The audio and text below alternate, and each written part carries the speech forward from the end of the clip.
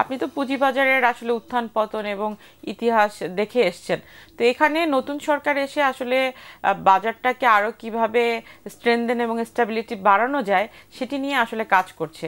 এমন একটা সময় আপনার কাছে কি মনে হয় যে মার্চেন্ট ব্যাংকরা যেভাবে কাজ করছে এর বাইরে আসলে বৈচিত্র্যকরণে কোন কোন জায়গায় তারা ভূমিকা রাখতে পারে? অনেক ধন্যবাদ, এবং আমার সঙ্গে সহ আলোচক মাজেদা আপাকেও ধন্যবাদ। আসলে একটা খুব গুরুত্বপূর্ণ ইস্যু নিয়ে আজকে আলোচনাটা নিয়ে এসেছেন, কারণ বাংলাদেশ 53 বছরে কিন্তু এই পুঁজিবাজার মানে বিশেষ করে পুঁজিবাজারটা খুব একটা মানে ডেভেলপ করেনি আমি মনে করি এখন পর্যন্ত।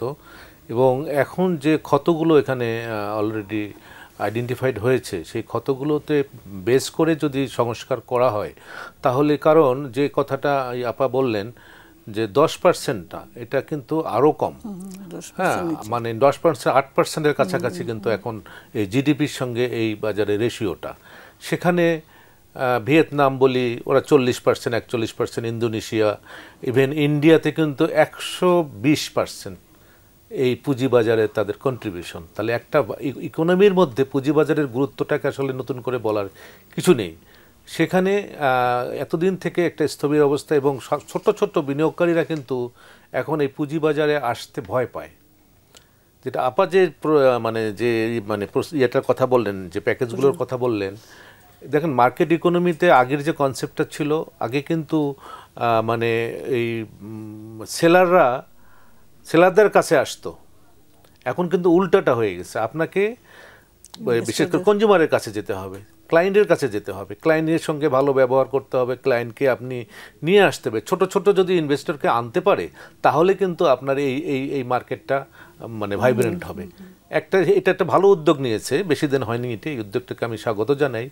পাশাপাশি যে কেন আমাদের পুঁজিবাজারটার এই অবস্থা, দুরবস্থাটা, এটা কিন্তু বিশেষ করে কারসাজি, দুর্নীতি, অব্যবস্থা এবং দক্ষতার বিষয়টা, এই সবগুলো বিষয় মিলে এখানে এই অবস্থায় এসে দাঁড়িয়েছে।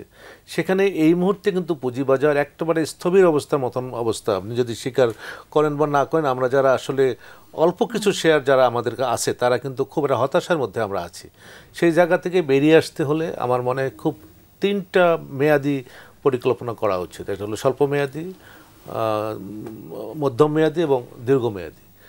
স্বল্প মেয়াদের মধ্যে গভর্নমেন্টের কিছু ইনস্ট্রুমেন্ট আছে, বিশেষ করে যেমন ওই পদ্মা পেট্রোবাংলা, হ্যাঁ হ্যাঁ, গভর্নমেন্ট সিকিউরিটিজগুলো, তারপরে মাল্টি ন্যাশনাল, ইউনিলিভার, এইগুলো যদি আপনার এই মার্কেটে আসে। মনে করেন যে এইগুলো আনার জন্য আসলে গভর্নমেন্টের এই মুহূর্তে কোনো আসলে তাদের নির্দেশনা থাকা প্রয়োজন, বা তাদের নির্দেশনা কি, তারা কাজ করছে, কিন্তু দ্রুত তাদের সঙ্গে বসে তারা যেন তাদের ক্যাপিটালটা আলোচনা করে, যত মানে এনবিআরকে এখানে লাগবে, অর্থ মন্ত্রণালয়কে লাগবে, তারপরে যে বিসিসিকে লাগবে, সবাই মিলে যদি তাদেরকে মার্জিন দিয়ে তাদেরকে যত রকম ইনসেন্টিভ আছে, ট্যাক্সের বিষয়টাকে একটা কম্প্রোমাইজ করে তাদের যদি নিয়ে আসে, তাহলে সাধারণ ইনভেস্টর কিন্তু আগ্রহটা, আস্থাটা ফিরে আসবে যে government is doing something for the investors. তো এই জায়গাগুলোতে এখন কিন্তু চিন্তা করার বিষয় চলে আসছে। দীর্ঘদিনের যে মেন্টালিটিটা, ওখান থেকে আমাদেরকে দূরে সরে আসতে হবে এবং দ্রুতই এই মার্কেটটাকে ভাইব্রেন্ট করতে হবে।